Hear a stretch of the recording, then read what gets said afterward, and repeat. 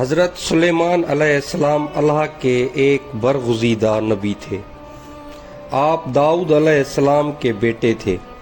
سلیمان علیہ السلام کی حکومت دنیا کے ایک بڑے حصے پہ تھی۔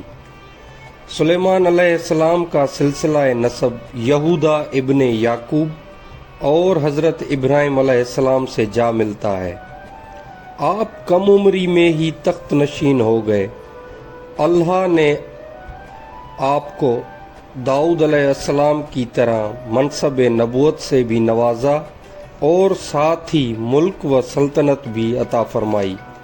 سلیمان علیہ السلام کی حکومت انسانوں کے ساتھ ساتھ جن، شیاطین، چرند و پرند ہر انواع و اقسام پر تھی۔ علماء نے آپ کی حکومت 750 سال لکھی ہے۔ آپ کو بہت سارے معجزات بھی عطا کیے گئے تھے، مثلاً آپ جانوروں کی بولیاں سمجھ سکتے تھے، آپ ہوا پر قابو رکھتے تھے اور آپ کا تخت ہوا میں اڑتا تھا۔ جن اور شیاطین آپ کے غلام اور خادم تھے جو حکومتی امور میں آپ کی اطاعت کرتے تھے۔ مسجد اقصی کی تعمیر میں انہی جنوں نے دور دور سے پتھر اور سمندروں سے موتی نکال کر لایا کرتے تھے، جس سے بیت المقدس کی تعمیر ہوئی۔ اس کے علاوہ آپ جنوں سے بہت سارے کام لیا کرتے تھے۔ اللہ نے قرآن میں فرمایا ہے کہ اور ہم نے سلیمان کی آزمائش کی اور ان کے تخت پر ایک جسم ڈال دیا، پھر انہوں نے رجوع کیا۔ سورہ صاد۔ اس آیت میں اللہ نے حضرت سلیمان علیہ السلام پر آنے والی ایک آزمائش کا ذکر کیا ہے۔ علماء و مفسرین نے اس آیت کی مختلف تفسیر اور وضاحت کی ہے۔ ایک آراء کے مطابق سلیمان علیہ السلام کی ایک غفلت کے نتیجے میں آپ کے تخت پر اللہ نے شیاطین کو مسلط کر دیا تھا اور کچھ عرصے کے لیے آپ سے حکومت چھین لی گئی۔ واقعہ یوں ہے کہ ایک دفعہ حضرت سلیمان علیہ السلام نے کسی جزیرے میں واقع ایک شہر سیدون پر حملہ کر دیا، کیونکہ وہاں کے بادشاہ کے فتنوں کے متعلق آپ کو خبر پہنچی تھی۔ اس جنگ میں حضرت سلیمان کے لشکر کو فتح نصیب ہوئی اور بادشاہ کو قتل کر دیا گیا۔ مال غنیمت میں اس بادشاہ کی بیٹی بھی حضرت سلیمان کے سامنے پیش کی گئی جو مسلمان ہو گئی، لہذا آپ نے اس سے نکاح کر لیا۔ نکاح کے کئی عرصے بعد بھی وہ اپنے باپ کو نہ بھلا سکی اور وہ اس کی یاد میں بہت غمگین رہا کرتی تھی۔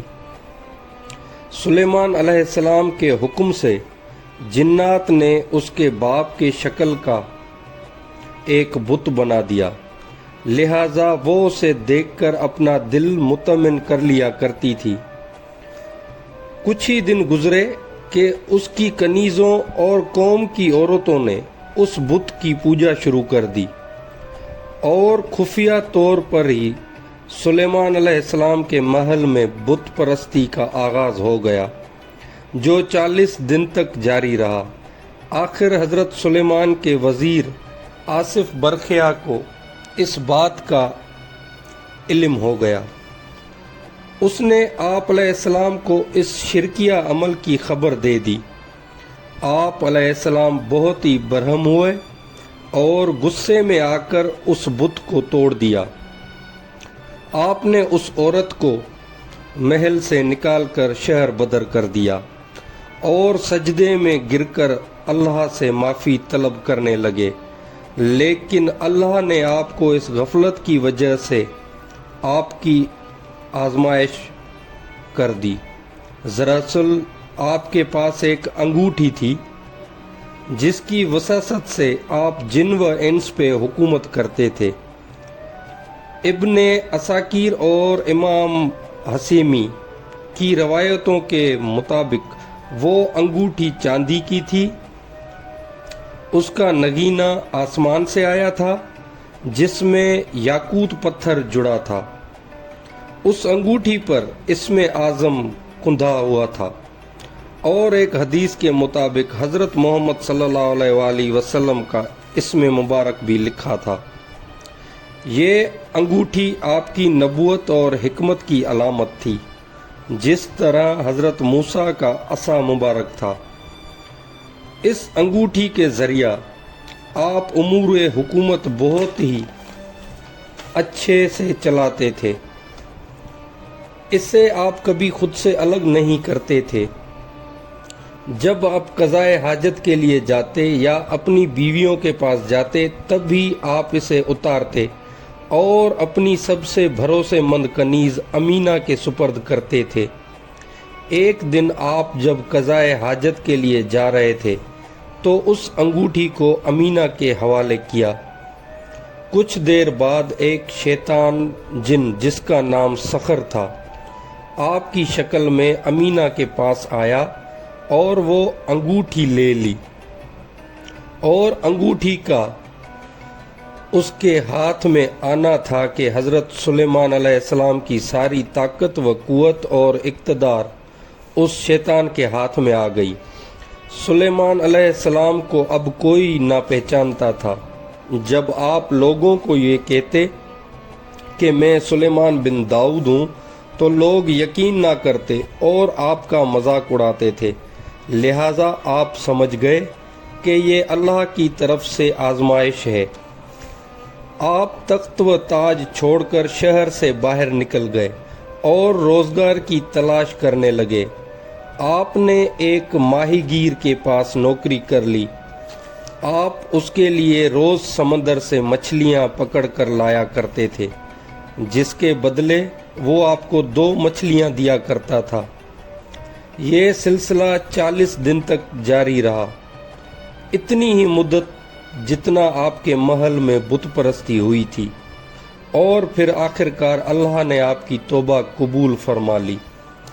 اب وہ شیطان نامی سخر جو حضرت سلیمان کی شکل میں محل میں حکومت کر رہا تھا، تو درباریوں نے اس کی عادات و اتواریوں سے یہ بھانپ لیا کہ یہ حضرت سلیمان نہیں ہے، لہذا محل میں موجود علماء نے یہ تجویز کی کہ اس کے سامنے توریت پڑھا جائے گا۔ اگر وہ شیطان ہے تو وہ اس سے سن کر بھاگ جائے گا۔